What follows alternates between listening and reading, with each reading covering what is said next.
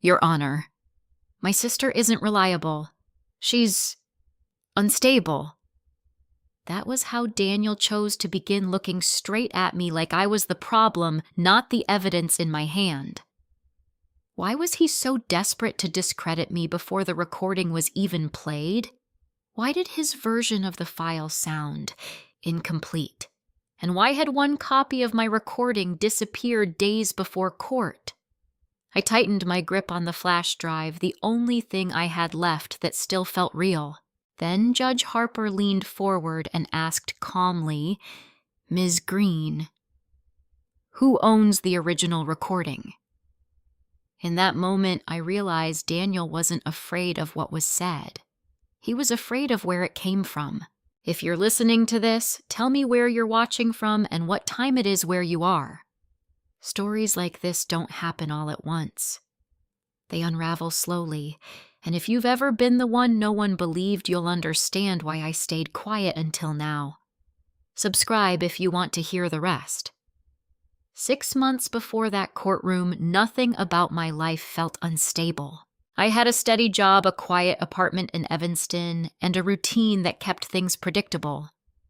My work as a forensic audio analyst meant I spent most of my time verifying recordings, checking for edits, distortions, anything that could distort the truth. I was trained to notice the things people hoped no one else would. At the time, I didn't realize I would need those same skills inside my own family.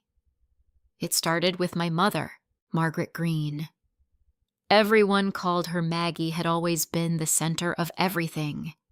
Organized, warm, practical. The kind of person who remembered birthdays without reminders and kept receipts from 10 years ago just in case. When her doctor first mentioned early cognitive decline, she brushed it off. So did I at first. Daniel didn't. He stepped in quickly. Too quickly. "I'll handle the appointments," he said one afternoon at her house, standing near the kitchen counter like he already belonged there. "You've got your own life, Natalie. You don't need to rearrange everything." It sounded reasonable. Generous even, but something about the way he said it, final, not open for discussion, made me pause. "I can help," I said. "I want to be involved." He smiled, but it didn't reach his eyes. "Of course. You are involved. Just not in the day-to-day stuff." "It's complicated." Complicated. That became his favorite word. Within a few weeks, Daniel was managing everything. He handled Mom's medications, her appointments, her bills. When I asked questions, I got summaries instead of details. When I asked for documents, I got reassurances instead of answers. "Everything's under control," he would say. But control, I noticed, had a very specific direction. One evening, I stopped by unannounced. The house felt different, quieter, like something had shifted. Mom was sitting at the dining table with a stack of papers in front of her, reading them slowly, lips moving just slightly. "Hey," I said, trying to keep my tone light. She looked up a little startled. "Natalie, I didn't know you were coming." "I didn't either," I said. "Just thought I'd check in." Daniel appeared from the hallway a second later like he'd been listening for my voice. "We're in the middle of something," he said. I glanced at the papers. "What is that?" "Nothing urgent," he replied quickly. "Just some updates to Mom's accounts. Standard stuff." Mom nodded, but it was delayed, like she was catching up to the conversation. "It's just to make things easier," she added. "Easier." Another word that started showing up everywhere. I stepped closer to the table. The top page had a bank logo I recognized, but the details were angled away from me. "Mind if I take a look?" I asked. Daniel's hand moved, subtle but deliberate, sliding the stack slightly toward himself. "It's already been reviewed," he said. "Mr. Collins went over everything." "Mr. Collins?" I asked. Our family attorney, Daniel replied like I should already know. He recommended we streamline things. Fewer accounts, less confusion. Streamline. I nodded slowly, even though something didn't sit right. And I'm not part of that conversation because you don't need the stress, he said. Natalie, you analyze recordings for a living. This isn't your field. It was such a small comment, easy to overlook, but it landed harder than he probably intended. Not your field. I didn't argue. Not then. Instead, I sat down next to Mom and asked her about her day. She answered, but her responses felt rehearsed, like she was pulling from something she'd already been told to say. Daniel's been helping a lot, she said. It's good to have things organized. I looked at her carefully. Do you understand everything you're signing? She hesitated. Just for a second. It's all explained, she said finally. Daniel made it very clear. Daniel made it clear. Not I understand. Not I decided. I stayed for dinner that night, but the conversation never settled. Every topic circled back to Daniel, what he'd done, what he was planning, what he thought was best. When I left, I told myself I was overreacting, until I checked the accounts. A few days later, I logged into the joint access Mom had given me years ago, something she'd insisted on back when Dad passed, just in case. The balances were different. Not dramatically, not in a way that would trigger an alert, but enough. Several transfers had been made over the past month, large enough to matter, small enough to avoid attention. They were routed through intermediary accounts before landing somewhere I didn't immediately recognize. I traced one of them. It led to a business account, registered under Daniel's name. I stared at the screen longer than I should have, trying to make it make sense. Maybe it was reimbursement. Maybe it was temporary. Maybe there was an explanation I hadn't heard yet. I picked up my phone and called him. He answered on the third ring. Hey. I was looking at Mom's accounts, I said. A pause. Why, he asked. I still have access, I replied. There are transfers I don't understand. They're handled, he said. Calm, controlled, operational stuff. Operational, I repeated. Daniel, that's not a category. It is when you're managing multiple responsibilities, he said. You wouldn't get it. There it was again. You wouldn't get it. I took a breath. Then explain it to me. Another pause. Then softer this time, almost patient, Natalie, you're reading into things. Mom trusts me to handle this. You should too. I didn't respond right away, because for the first time I wasn't just uncomfortable. I was suspicious. Later that week I went back to the house. Not to confront him, at least that's what I told myself, but to observe. Daniel was in the living room on the phone. He didn't notice me at first. No, she's not involved, he was saying. She doesn't have the full picture, and I'd like to keep it that way. I froze just outside the doorway. Exactly, he continued. If she starts asking questions, it complicates everything. A quiet voice responded on the other end. I couldn't make out the words. Daniel lowered his tone. Look, once the documents are finalized, it won't matter. She won't be able to challenge anything. My stomach dropped. I stepped back before he could see me, my heart beating faster than it should have. That was the moment something shifted. This wasn't about being left out anymore. This was about being deliberately excluded and possibly replaced. That night, I sat in my car outside my apartment, replaying his words in my head. She won't be able to challenge anything. I thought about my job, about the way truth could be hidden, not erased, just buried under better narratives.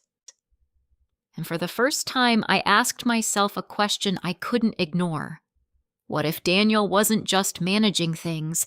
What if he was rewriting them? I went upstairs, opened my drawer, and took out a small recording device I hadn't used outside of work in years. If I was going to understand what was really happening, I needed to hear it for myself. I didn't start recording because I wanted to. I started because I realized I was already too late. 2 days after that phone call, I went back to Mom's house with the device in my bag. I told myself I was just visiting, just checking in, just being present. But I also knew I was walking into something I didn't fully understand. Daniel opened the door before I knocked. "You should call first," he said, stepping aside to let me in. "I used to live here," I replied. "I think I'm still allowed to visit." He didn't argue. He just watched me a little longer than necessary before turning toward the kitchen. Mom was sitting at the table again. Same chair, same stack of papers. Only this time the pile was thicker. "Natalie," she said, smiling faintly. "You're here." "I am," I said, setting my bag down near the counter. Carefully. Casually. The recorder was already on. I didn't hide it deep just enough to keep it out of sight, but close enough to capture everything. Years of training had made that instinctive. Distance, angle, background noise. I adjusted all of it without making it obvious. Daniel poured himself coffee like this was a normal morning, so he said, not looking at me. "What brings you by this time? I wanted to go over some of the paperwork with Mom," I said. "Make sure she understands everything." That got his attention. "She does," he said. "I'd still like to hear it from her." Silence stretched between us. Mom looked from him to me like she was waiting for someone to tell her how to answer. "It's just organizing things," she said finally. Daniel explained it. "What exactly is being organized?" I asked gently. Her fingers tightened around the edge of the paper. "Accounts. The house. Just in case. In case of what I asked." Daniel set his cup down harder than necessary. "In case something happens," he said. "Natalie, we've been over this." "No," I said quietly. "You've explained it. I haven't been part of it." He let out a short breath like he was trying to stay patient. "Mom needs stability," he said. "Not confusion." "And asking questions is confusing," I asked. "For her." Yes, that word again. For her. Like I wasn't part of that equation anymore. I turned back to Mom. "Do you feel pressured to sign anything?" Her eyes flickered. "Just for a second." "No," she said. But it didn't land like the truth. I leaned in slightly. "Mom, you can tell me." Daniel stepped closer, his presence suddenly sharper. "She already did," he said. "You're making this harder than it needs to be." I didn't look at him. "Mom," I said again, softer this time. "Do you know what happens to the house if you sign this?" Another pause. "I think so," she said. "Think. Not know." "What do you think happens?" I asked. She hesitated longer this time. Her eyes drifted to Daniel. "It stays." "Managed," she said. "Managed by who I asked." Daniel answered before she could. "By me," he said. "Because someone has to." The room went quiet. I felt something settle in my chest. Not panic, not anger, just clarity. "Why only you?" I asked. "Because I'm here," he said. "Because I'm the one actually doing the work." And because he stopped himself. Because what I pressed. He looked at me, then really looked at me. "Because you don't understand how this works," he said. There it was. Not your field. You wouldn't get it. I nodded slowly like I was accepting it, but I wasn't. I shifted the conversation instead. "Okay," I said. "Then explain it to me. Start from the beginning." He hesitated. That was the first crack. "You're overthinking this," he said. "It's a standard transfer structure. Asset protection. If something happens to Mom, everything stays intact. And if nothing happens, I asked. It still makes things easier. For who? For everyone." But he didn't say it with the same confidence. I let the silence sit. In my line of work, silence wasn't empty. It pulled things out of people. And Daniel hated it. "Look," he said finally, "this isn't about you." I didn't say it was. I replied. "It feels like it is," he said. "Every time you walk in here, it turns into an interrogation." I almost smiled, because that was exactly what it was, but I kept my voice even. "I'm asking basic questions. You're implying something he said." "Am I?" Another pause. Then he exhaled slower this time. "I'm protecting Mom," he said. "From stress. From mistakes. From people who might take advantage of her. People. Plural." But his eyes didn't leave mine. I didn't react. I just let him keep talking. And if that means simplifying things, making sure assets are consolidated under one person who knows what they're doing, then yes, that's what I'm doing. Under one person, I repeated. Yes. And that person is you. Obviously. There it was. Clear. Direct. Unfiltered. I didn't say anything for a few seconds. Then I asked the only question that mattered. Did Mom decide that... He didn't answer immediately, and in that hesitation, I heard everything I needed to. "She agreed to it," he said finally. "That's not what I asked." His jaw tightened. "She signed the documents," he said.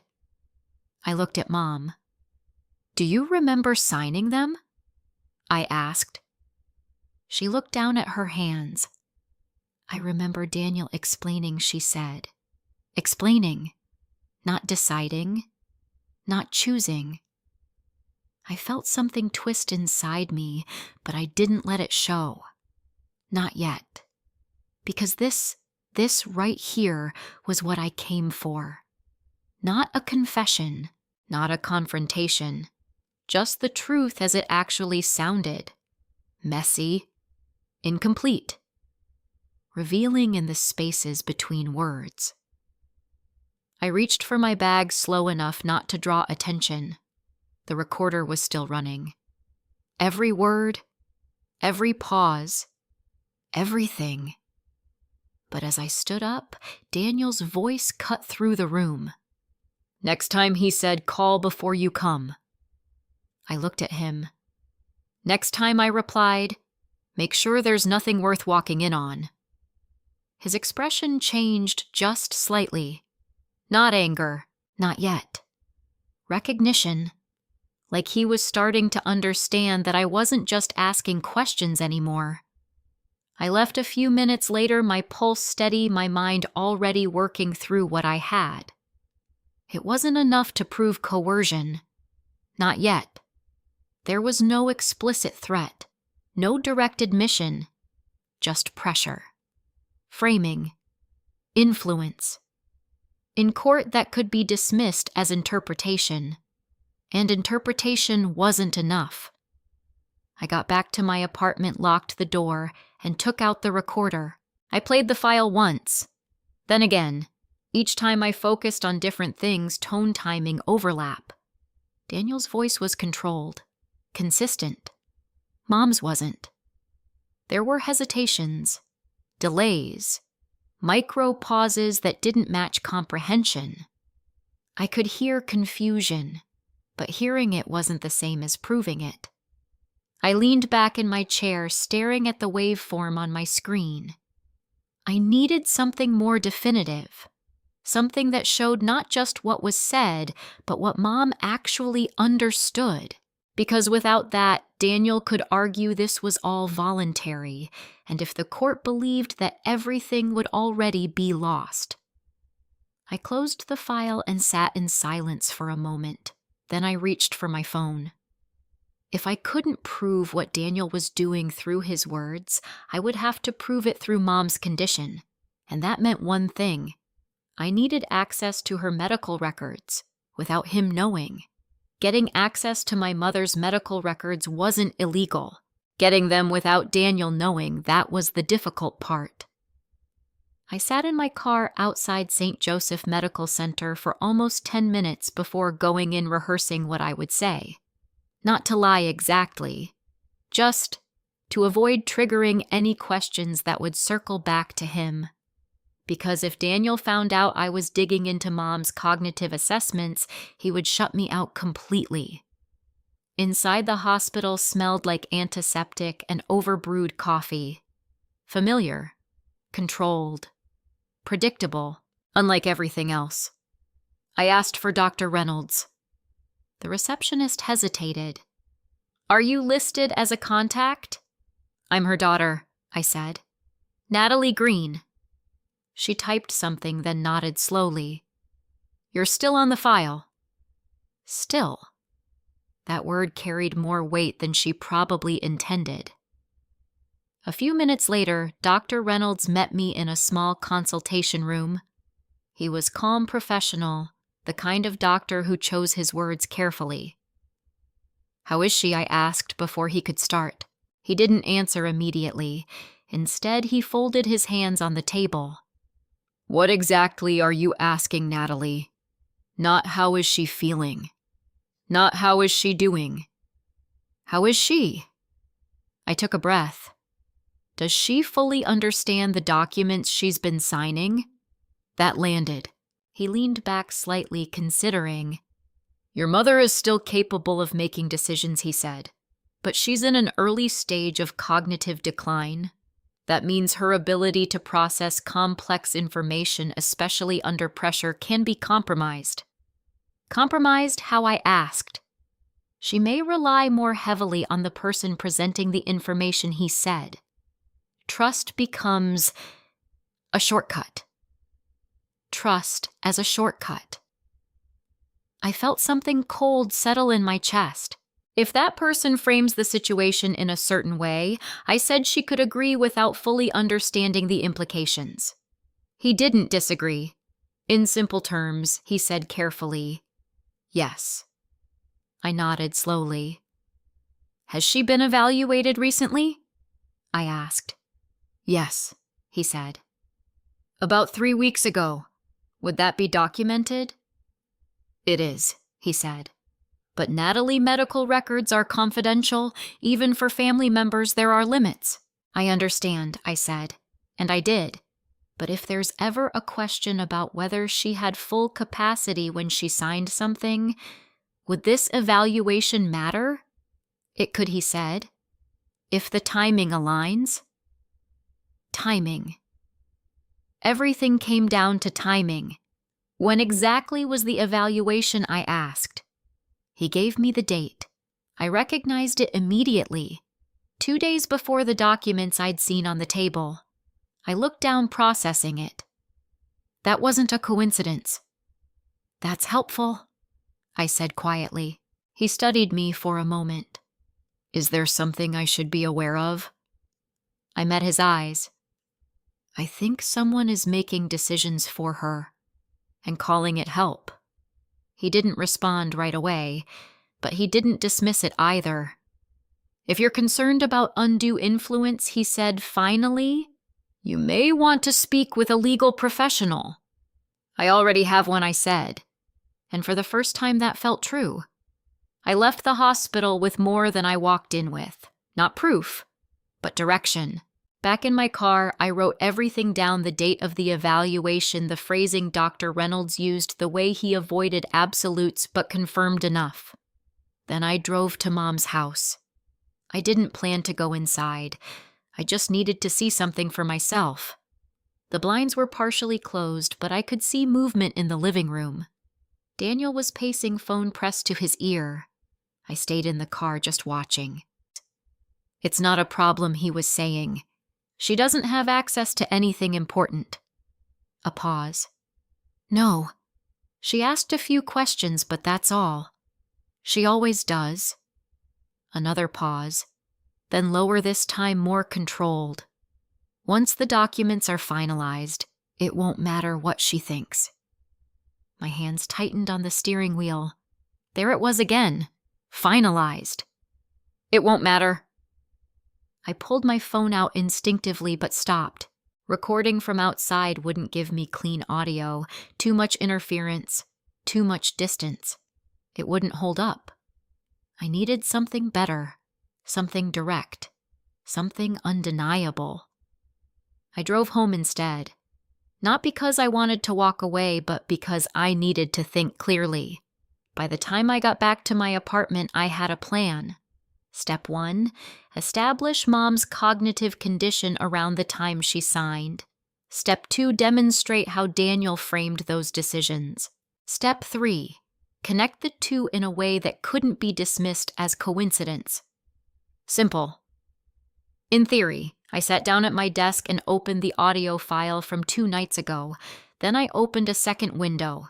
And a third. I started mapping everything: timestamps, pauses, overlaps. The way Daniel interrupted, the way Mom hesitated before answering certain questions, patterns. That was what I was looking for. Patterns that showed influence, not just conversation. I worked for hours without noticing the time, until something didn't line up. At first I thought it was fatigue, but the more I looked at it, the clearer it became. There was a gap, a small one, less than a second, but it shouldn't have been there. I zoomed in on the waveform. The transition was too clean, too precise, like something had been removed. I sat back slowly. That didn't make sense. I hadn't edited the file. I hadn't even transferred it until I got home that night. So how I opened the file properties, checked the metadata, creation time, modification time, access logs. And then I saw it. The last accessed timestamp. It didn't match mine. Someone had opened the file. After I recorded it. After I left the house. I felt my pulse pick up, not panic, just sharp awareness. I checked the folder again. The file was still there, but something was off. I compared it to the backup copy I'd automatically saved to a secondary drive. That was when I realized the versions didn't match. Not completely. One of them was missing a fragment, a short section of audio, just enough to change context. I stared at the screen, my thoughts moving faster now. This wasn't random. This wasn't a glitch. Someone had accessed my recording and altered it. The question wasn't just how, it was who. And I already knew the answer. I leaned back, staring at the 2 waveforms side by side. One complete. One adjusted. If Daniel had a version of this file, a version he controlled, then everything I'd heard in court suddenly made sense. He wasn't just defending himself. He was preparing to accuse me. I closed my laptop slowly, because the problem had just changed. This wasn't only about what was said in that room. It was about which version of the truth would survive long enough to be believed. And if I didn't prove mine first, I would be the one standing in court, trying to explain why my own evidence didn't match. I didn't sleep that night. I kept replaying the 2 files side by side, the original backup and the altered version sitting on my main drive. The difference wasn't dramatic. That was the problem. Whoever did it knew exactly how much to remove without drawing attention. Less than a second. But that second changed the meaning of everything. By morning, I called Noah Brooks. He answered like he always did, half awake, half sarcastic. "If this is about work, I'm off the clock." "It's not work," I said. "It's worse." That got his attention. An hour later, he was sitting across from me at my desk laptop, open eyes already scanning the files. "You said there are 2 versions," he asked. "Yes," I said. "One from the device, one from the backup system. They don't match." He didn't respond right away, just plugged in his drive and started copying both files. "Don't say anything yet," I added. "Just look." He nodded. For the next 15 minutes, the only sound in the room was the low hum of his laptop and the faint playback of audio looping through his headphones. I watched his face instead of the screen.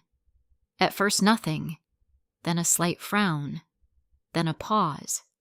He rewound, listened again and again. Finally, he pulled the headphones off and looked at me. "You're right," he said. The words didn't surprise me, but hearing them out loud made it real in a different way. "How bad?" I asked. He leaned back. "It's surgical." "Surgical." "Yeah," he said. "This isn't someone trimming random noise. This is intentional removal. Clean cut. No distortion artifacts, no clipping errors. Whoever did this knew exactly where to cut." I felt my stomach tighten. Could it have happened during transfer, I asked? He shook his head. "Not like this. Transfer errors are messy. This is precise." "So it was edited," I said. "It was edited," he confirmed. I nodded slowly. "And the backup." He tapped the second file. "This one's intact. No discontinuities. Metadata looks clean." "That's the original," I said. "Looks like it." I let out a breath I didn't realize I'd been holding. For the first time, I had something solid. But Noah wasn't finished. He pulled up the file properties, then a deeper log. "Let's check access history," he said. "That's what worried me," I replied. "There's a timestamp that doesn't match mine." He nodded. "I saw that." His fingers moved faster now, digging into system logs, cross-referencing timestamps with device activity. "Okay," he said after a moment. "Here's what we've got." I leaned forward. "This file, your local version, was accessed after you recorded it," he said. "Roughly 40 minutes after the initial creation time." "That's when I was still at the house," I said. "Exactly," he replied. "And the access didn't come from your user session." I felt the implication before he said it. "Someone else opened it," I said. "Yeah, from my device." He hesitated. "Either your device," he said, "or something that had temporary access to it." I thought back. The bag on the counter, the kitchen, the moment I stepped outside to take a call. My chest tightened. "He had access," I said quietly. Noah didn't ask who. "Then it gets better," he added. I looked up.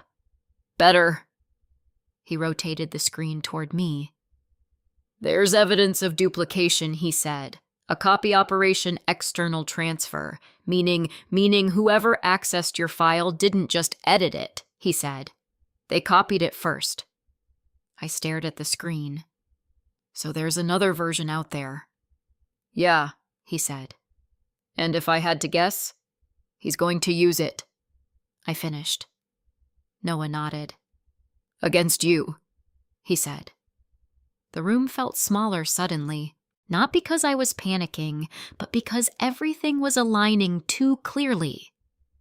Daniel hadn't just reacted to my questions. He'd anticipated them, copied the file, edited it, prepared a version that made me look like the manipulative one. I sat back, letting it settle. "What can we prove?" I asked.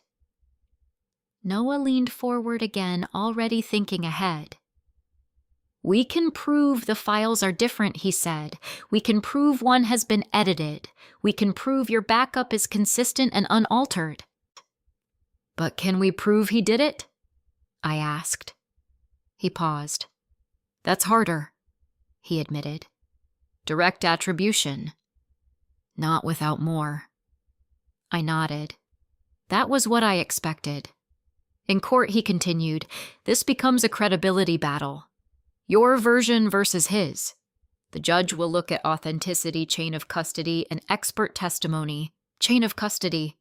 The phrase echoed in my head. Then we focus on the original I said. Ownership. Timeline.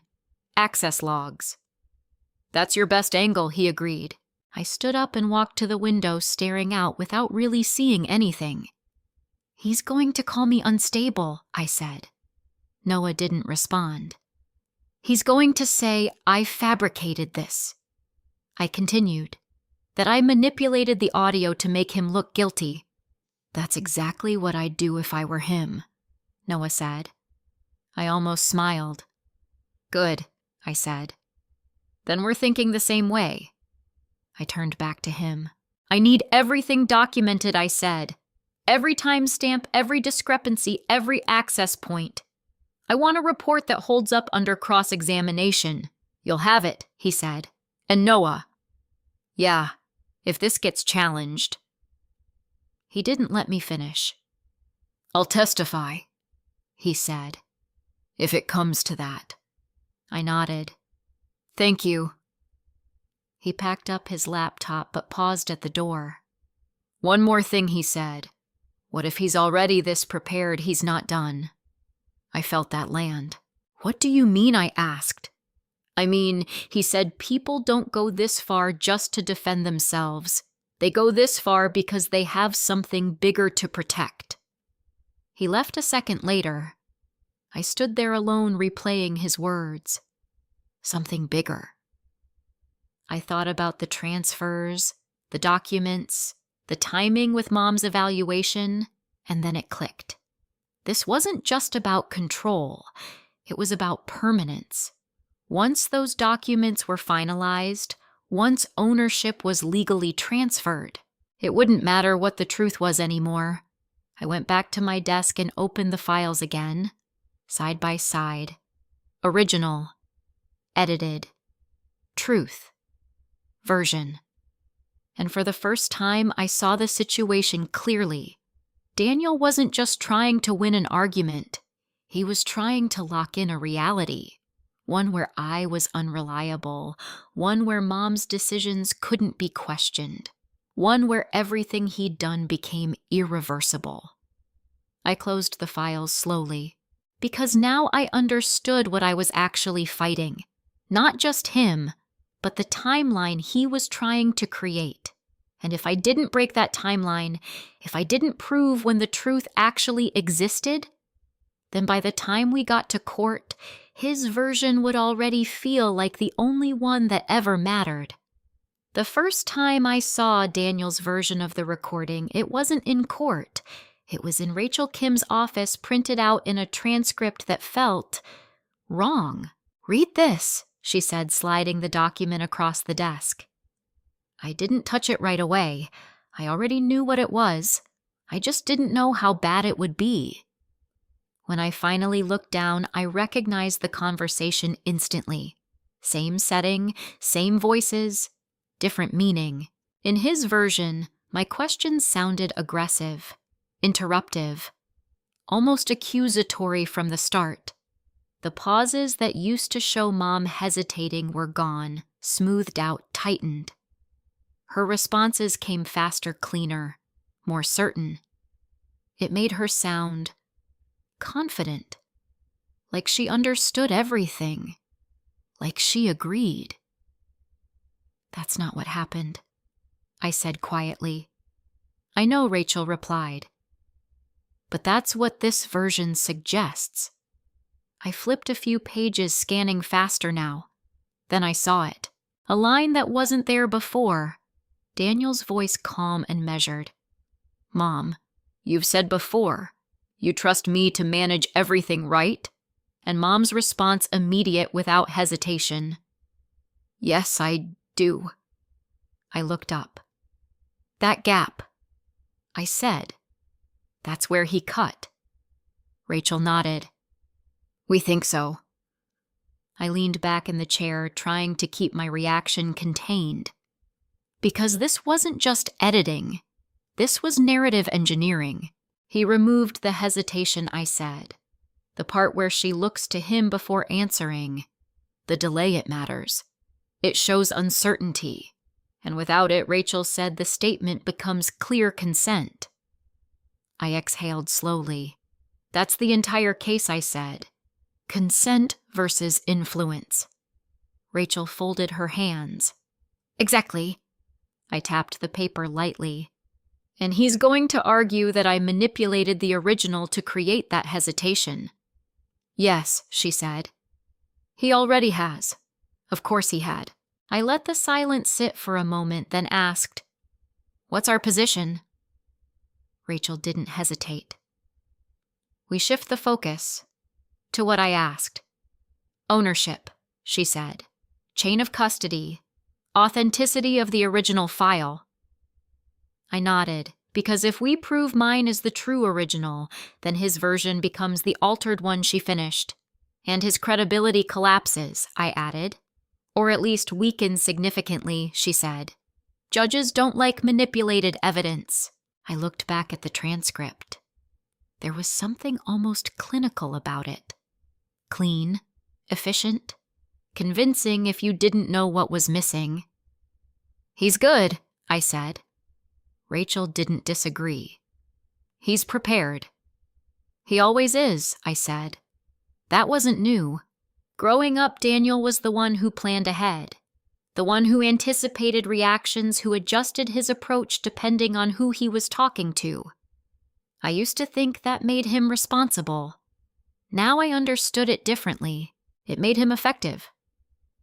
Walk me through his argument, I said. Rachel picked up her pen and tapped the edge of the desk. He's going to claim you had exclusive control of the recording device, she said. That you created the file. That you had both motive and opportunity to alter it. Because I questioned the transfers, I said. Exactly. He'll frame it as retaliation. You felt excluded, so you tried to undermine him. And the missing segment, I asked. He'll say it never existed, she replied. That your backup is the edited version. I nodded slowly. That's clean, I said. Simple. Easy to follow. Which is why we don't fight it directly, Rachel said. I looked at her. What do you mean? We don't just argue content, she said. We argue origin. She pulled out a separate folder and opened it. Inside were printouts, metadata logs, timestamp system reports. Your backup system, she said, pointing to a page. It automatically uploads files to a secure cloud server, timestamped, hashed, and logged. Right, I said. It's designed to preserve integrity. And it did, she said. This version, she tapped the page, was uploaded within seconds of creation. No edits, no interruptions. I felt something shift in my chest. That's our anchor, she continued. If we establish that this file existed in its complete form at that exact time, then any later version that differs becomes suspect. Even if he presents his first, I said. Especially if he presents his first, she corrected. Because then we can show the discrepancy. I leaned forward. What about access logs, I asked. Noah found evidence that someone opened the file after I recorded it. Rachel nodded. We'll use that. It supports the possibility of unauthorized access. Possibility, I repeated. She met my eyes. We don't need to prove he did it. We just need to show that your version is more reliable. I sat with that for a moment. Because she was right. In court, certainty wasn't always required. Credibility was. And when he calls me unstable, I asked. Rachel's expression didn't change. He will. He already did, I said, in front of the judge. Yes, she said, and that's part of the strategy, to discredit me before the evidence is even considered, I said. Exactly. I let out a small breath. Then we don't react, I said. Rachel tilted her head slightly. Go on. We stay technical, I said. Precise. No emotion, no defensiveness. She smiled faintly. That's exactly what I was going to suggest. I nodded, because if I respond emotionally, I continued, it reinforces his narrative. And if you don't, she asked, then it forces the court to look at the data instead of me. Rachel closed the folder. That's the balance, she said. You're not just presenting evidence, you're controlling how it's received. I stood up, pacing once across the room. There was one more thing. What about Mom's evaluation, I asked. Dr. Reynolds confirmed cognitive decline. Rachel's expression shifted slightly. That helps, she said. But we use it carefully. Why, I asked. Because it can be interpreted both ways, she said. It supports the argument that she was vulnerable, but it also raises questions about her overall capacity. I understood immediately. We don't want to undermine her completely, I said. Exactly, Rachel said. This isn't about proving she couldn't decide anything. It's about showing she could be influenced in specific contexts. I nodded. Targeted, not absolute. Everything about this case came down to precision. I stopped pacing and looked at Rachel. So what's the timeline, I asked. She glanced at her calendar. Preliminary hearing next week, she said. Then full review if the judge allows both versions into evidence, and if the judge questions the origin, I asked. Rachel's eyes held mine. Then everything hinges on one question, she said. I didn't need her to say it. I'd already heard it once. Back in that courtroom. Clear. Direct. Unexpected. Who owns the original recording? I picked up the transcript again, looking at Daniel's version one more time. Clean. Convincing. Incomplete. He thought he had rewritten the story, but he'd missed something. Not the words, not even the pauses. He'd missed the origin.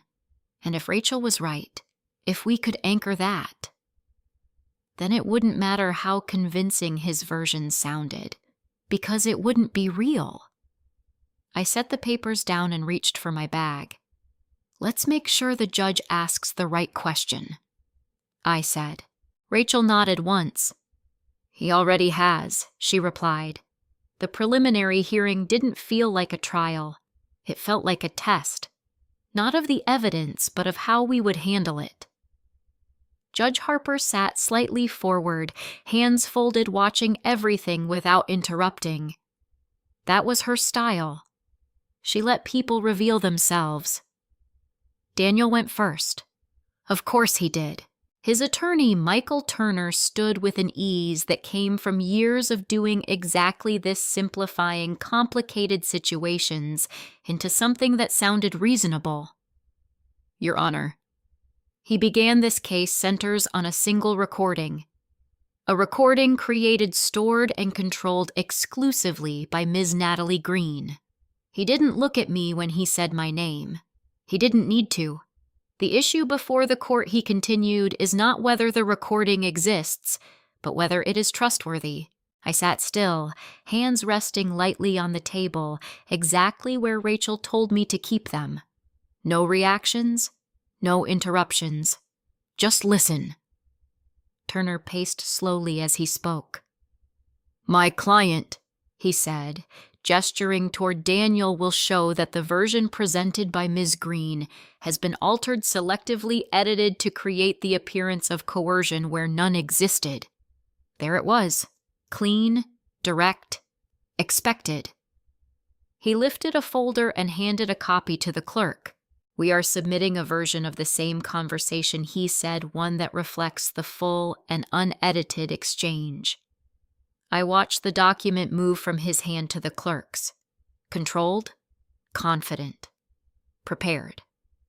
Furthermore, Turner added, we will demonstrate that Ms. Green has a personal and financial motive to misrepresent these events, given her recent exclusion from the management of her mother's estate.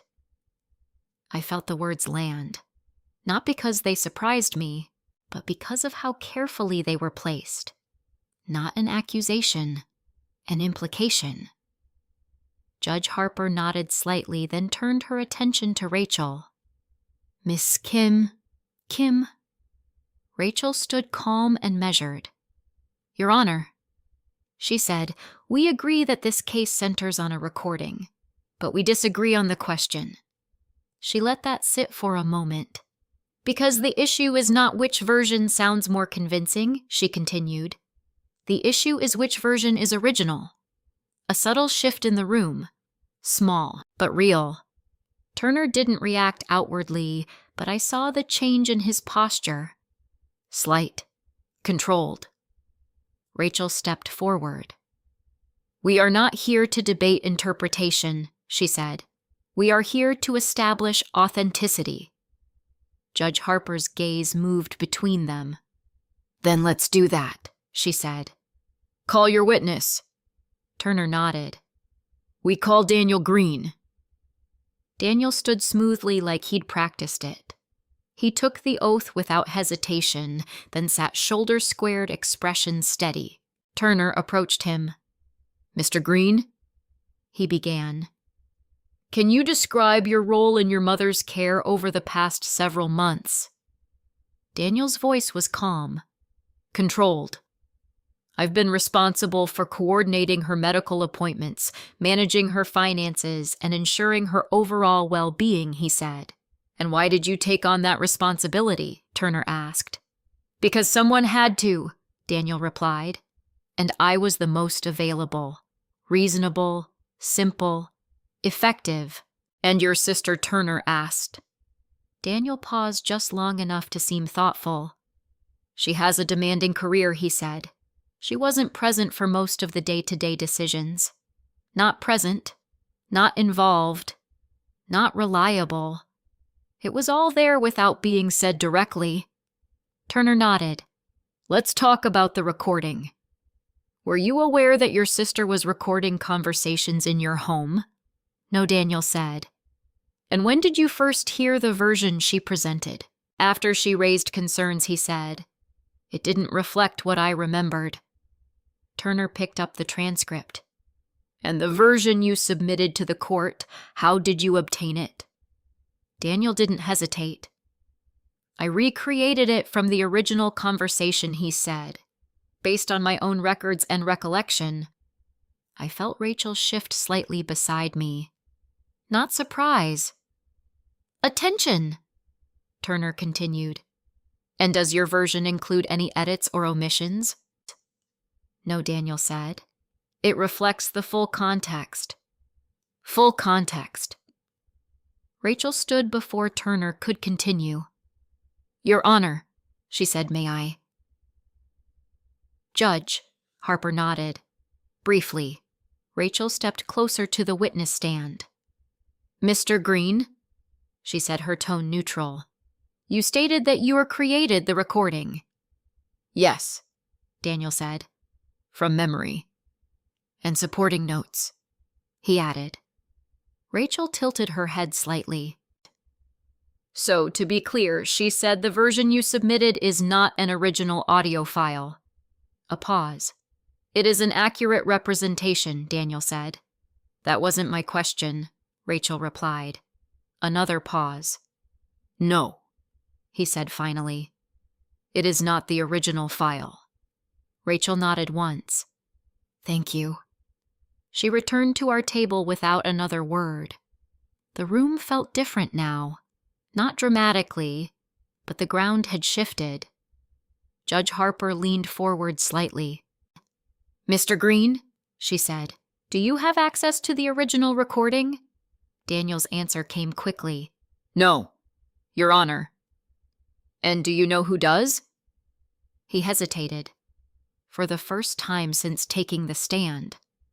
Then he looked at me. My sister claims she does, he said. Claims. Not has. Claims. Judge Harper's eyes moved to me briefly, then back to him. And you dispute that she asked. I dispute the authenticity of what she presented, Daniel said. Careful. Always careful. Judge Harper nodded, then turned to Rachel. Ms. Kim, your witness. Rachel stood. Natalie Green. I stood up slowly, steadying my breath as I walked to the stand. This was the moment Daniel had been setting up. The moment where everything he'd implied would become direct. I took the oath, sat down, and met Rachel's eyes. She didn't smile. She didn't need to. Ms. Green, she said, what is your profession? I'm a forensic audio analyst, I said. And what does that involve? Authenticating recordings, I replied, determining whether audio has been altered, edited, or manipulated. A slight pause. And have you done that in this case? Yes. On which files? Both the file I recorded and the version submitted by my brother. Rachel nodded. And what did you find? I felt the room settle around the question. Every word mattered now. The two files are not identical, I said. One contains a discontinuity and edit point that removes a portion of the conversation. Rachel didn't move. Which file contains that discontinuity? She asked. I looked straight ahead. My local copy, I said. The one that was accessed after recording. A ripple of attention, small, but unmistakable. Rachel took a step closer. Let's be precise, she said. Did you edit that file? No. Did you authorize anyone else to access or modify it? No. And the backup version. It is complete, I said. Unaltered. Time-stamped within seconds of the original recording. Rachel turned slightly toward the judge. Your Honor, she said. We will submit the backup file along with its metadata. Turner stood immediately. Objection, Foundation. Overruled. For now, Judge Harper said. Proceed. Rachel nodded, then looked back at me. Ms. Green, she said, who owns that backup file? The question hung in the air. Simple. Direct. Everything came down to this. I didn't look at Daniel. I didn't look at anyone. I just answered. I do, I said. And how can you establish that? Rachel asked. I took a breath. Because the system that created it is tied to my account, I said. My credentials, my device, my recording. Rachel nodded once. No further questions. I stepped down from the stand, my pulse steady, my mind clear. As I sat back down, I felt something shift. Not in me, in the room. Because for the first time since this started, the conversation wasn't about whether I could be trusted. It was about whether Daniel could be. Judge Harper leaned back slightly, her expression unreadable. Then she spoke. I want both parties to prepare a detailed account of the chain of custody for these files, she said, including access logs, timestamps, and any relevant system data. She paused. And I want it before the next hearing. I felt Rachel's hand move slightly on the table beside me, a small controlled gesture. We'd expected this, but hearing it out loud made it real. Because now it wasn't about competing stories, it was about the timeline. And timelines don't bend easily. Daniel shifted in his seat, just slightly, but enough. For the first time, he looked like he was calculating again. Not presenting, not performing, adjusting, which meant one thing. He knew the next move mattered more than anything he'd done so far. And if he was preparing for that, so was I. The moment the judge asked for chain of custody, the case stopped being about voices. It became about time, timestamps, access logs, system behavior, things that don't care about narratives. And that's where I had an advantage Daniel couldn't rewrite. 3 nights before the next hearing, I was back in Noah's lab. No distractions, no interruptions, just data. "We're not just proving your file is real," Noah said, pulling up a series of logs. "We're proving when it became real, and that it stayed that way." I nodded. "And that his version came later." "Exactly." He opened 3 windows side by side. "Left my backup file. Center my local file. Write the extracted metadata from Daniel's submitted transcript and supporting materials. Start here," he said, pointing to the backup. "This file was uploaded to your cloud account at 8:42:13 p.m., he continued.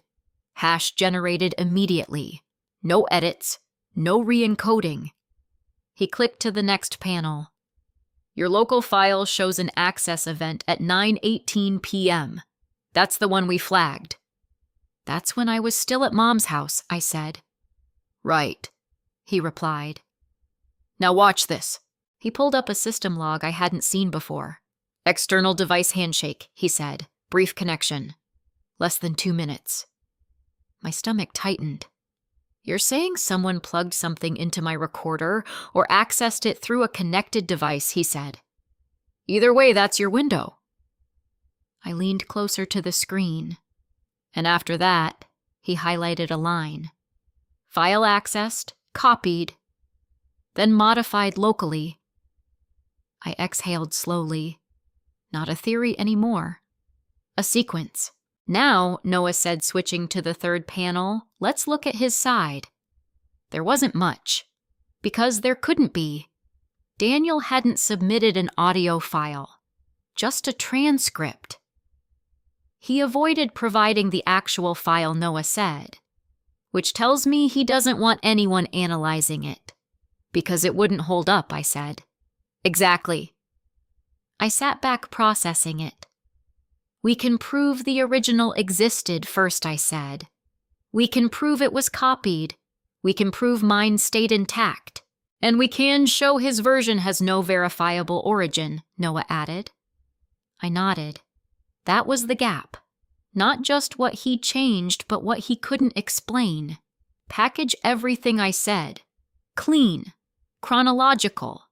No assumptions. You'll have it, he said. The night before the hearing, I couldn't focus on anything else. I wasn't nervous. Not exactly. It was something sharper than that. Awareness. Because I knew this was the point where everything either held or collapsed. If the judge accepted our timeline, Daniel's version would fall apart. If she didn't, then it wouldn't matter how right I was. I sat at my desk, staring at the backup file one more time. The original. Untouched. It felt strange relying on something so small. A few megabytes of data. But inside it was everything Daniel thought he had erased, and everything I needed to prove he hadn't. The courtroom felt quieter than before. Not physically, just heavier. Judge Harper took her seat without small talk. "Let's proceed," she said. Turner stood first. "Your Honor, we've prepared a summary of our position regarding the recording," he said. Of course he had. He handed over a document. Short, clean, controlled.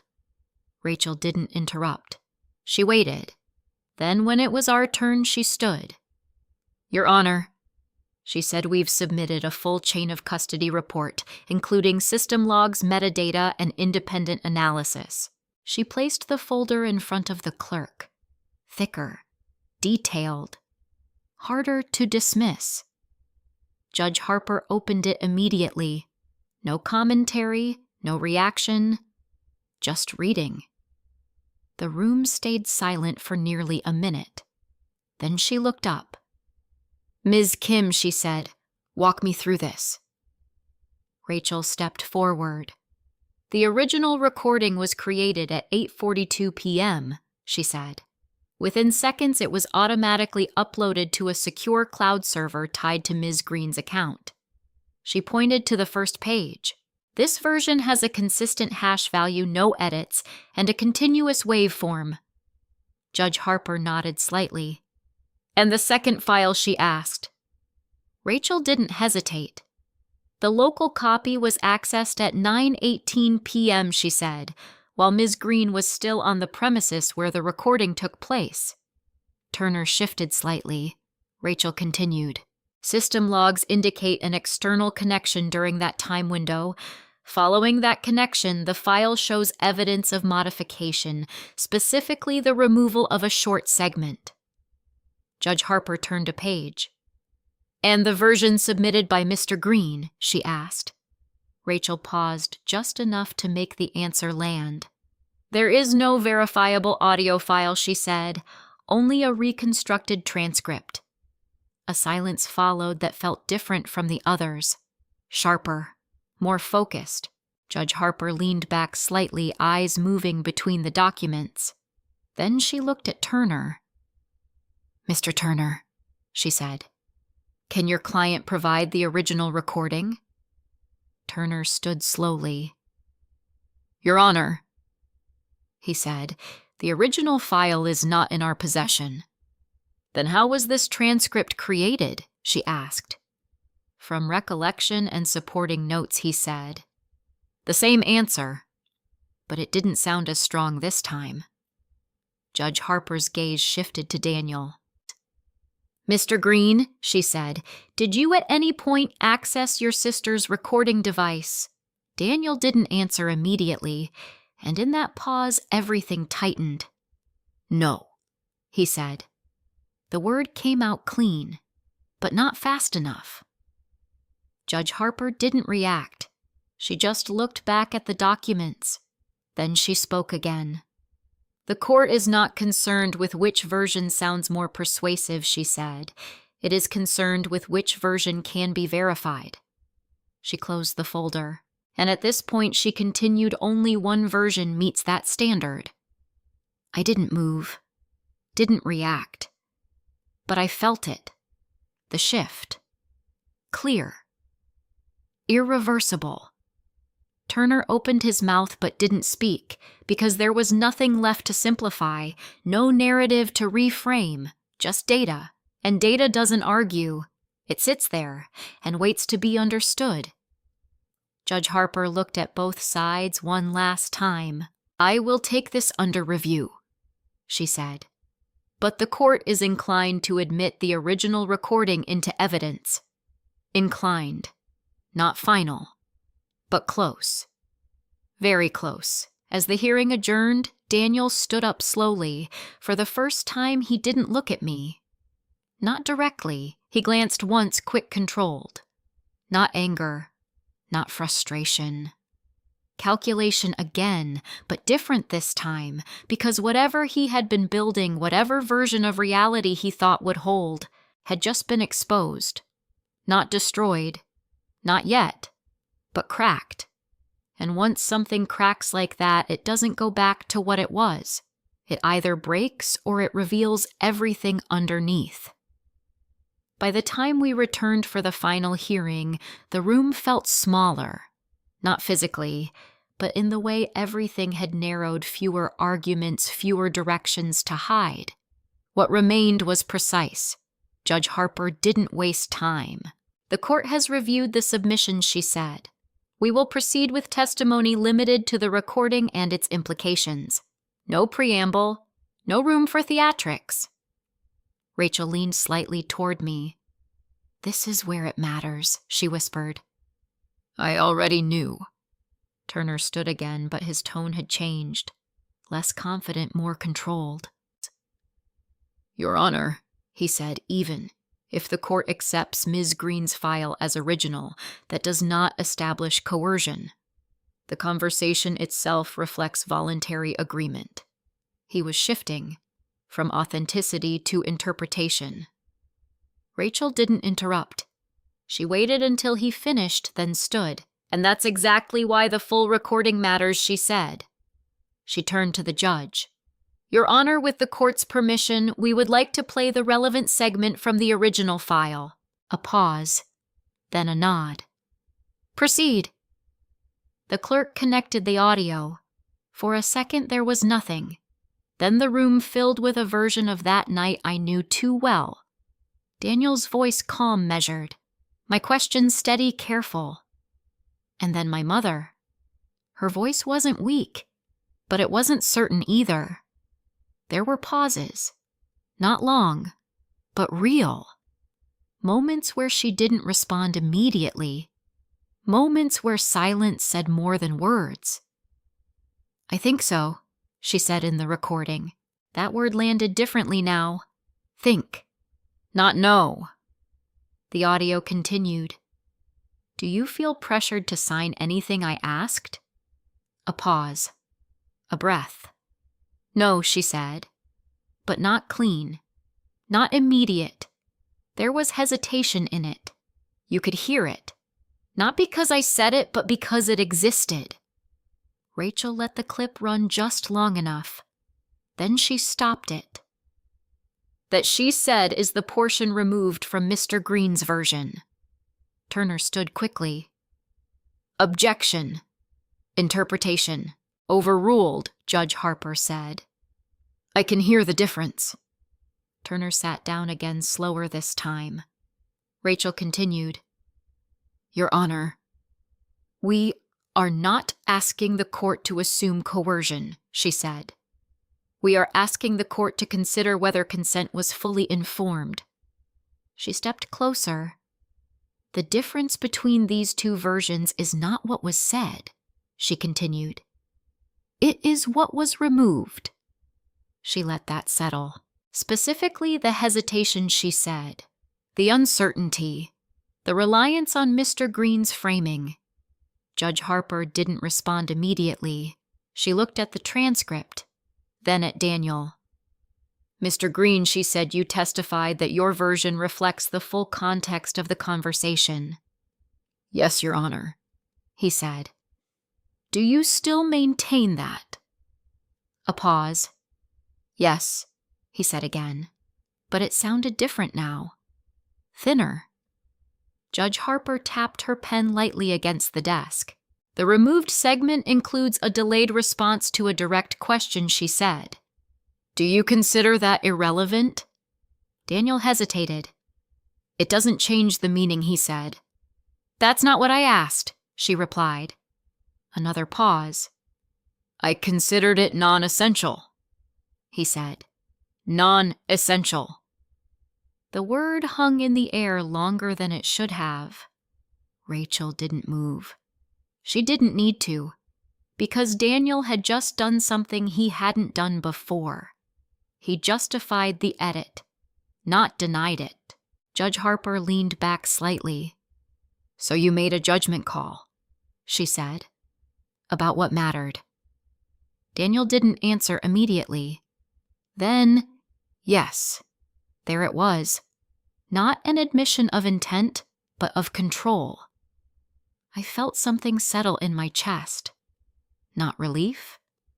Not yet. Just clarity. Turner stood again, trying to recover ground. "Your Honor," he said. Even if there were minor differences in presentation, the underlying agreement remains unchanged. "Mr. Turner," Judge Harper said, "cutting him off this court is not evaluating whether an agreement exists. It is evaluating whether that agreement was obtained without undue influence." She turned slightly, and the difference between these versions is directly relevant to that question. Silence. Then she looked back at me. "Ms. Green," she said, "based on your professional experience, how significant is a delay in response when evaluating comprehension?" I took a breath, kept my voice steady. "It depends on context," I said, "but in general, a delayed response, especially following a complex question, can indicate uncertainty, processing difficulty, or reliance on external cues." "External cues?" she asked. "Looking to another person for confirmation," I said, "or waiting for guidance before answering." Judge Harper nodded slowly. "And was that present in this recording?" "Yes," I said. No hesitation. No qualification. Just the truth. She looked back at Daniel. "Mr. Green," she said, "were you aware of your mother's cognitive evaluation at the time of this conversation?" Daniel shifted. "Yes," he said. "And you proceeded with these documents anyway?" "Yes." The room felt still. Not dramatic. Just complete. Because the pieces were no longer separate. They were aligned. The evaluation, the conversation, the edit, the narrative, all pointing in the same direction. Judge Harper closed the file in front of her. "The court will take a brief recess," she said. No explanation. No preview. Just that. As everyone stood, I remained seated for a moment longer. Not because I couldn't move, but because I didn't need to. Daniel passed by me on his way out, close enough that I could hear his breath shift. He didn't speak, didn't look at me, but I could feel it. The change. Not defeat, not yet, but something close to it, because for the first time since this started, he wasn't controlling the story anymore. He was reacting to it, and in a case built on control, that was everything. Fan Mui. The decision came a week later. Not in a dramatic courtroom moment. Not with raised voices or sudden revelations. Just a written ruling delivered quietly like most things that actually matter. I read it alone at my kitchen table, line by line. Carefully, because after everything that had been said, everything that had been implied, I didn't want to misunderstand what was finally confirmed. The court accepted the original recording, not because of what it sounded like, but because of where it came from. The chain of custody held, the timestamps aligned, the system logs supported it. It was real. Daniel's version wasn't. The ruling didn't accuse him of anything outright. It didn't need to. It simply stated that his submission lacked verifiable origin and that the omission of key segments affected its reliability. That was enough. From there, everything else followed. The documents he had pushed our mother to sign were placed under review. Not voided immediately, but no longer assumed valid. A temporary hold was placed on all asset transfers connected to her accounts. Control shifted. Not to me, to a neutral third-party fiduciary. That part surprised me at first, until I realized it shouldn't have. This was never about choosing sides. It was about removing influence, even mine. Daniel didn't speak to me after that. Not in court, not outside of it. The last time I saw him was in the hallway just after the ruling was finalized.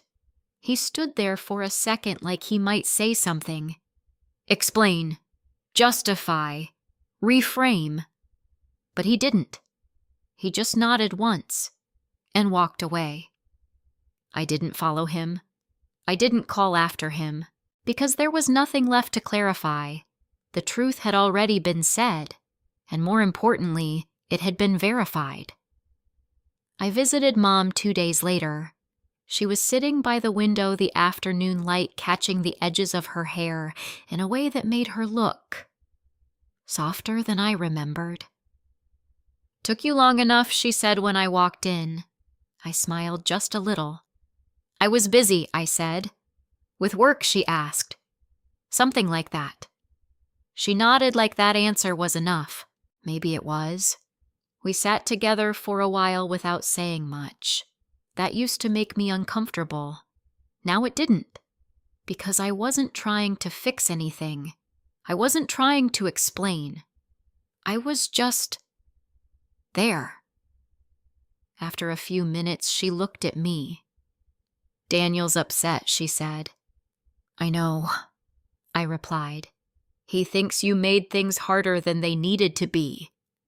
I let that sit.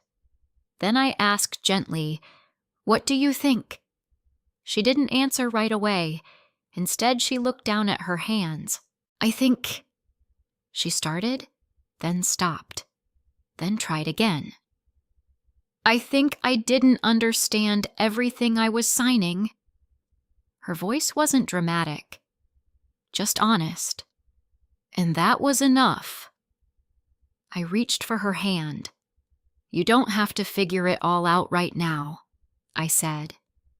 She nodded slowly. "I'm tired," she admitted. "I know." We sat there a little longer. No pressure, no urgency, just time. The kind that doesn't rush you into decisions you don't fully understand. That night back at my apartment, I opened my laptop. The original file was still there, untouched, complete. I didn't play it. I didn't need to, because what it contained wasn't just evidence anymore. It was a line, a boundary, something that couldn't be rewritten. Not by Daniel, not by me, not by anyone.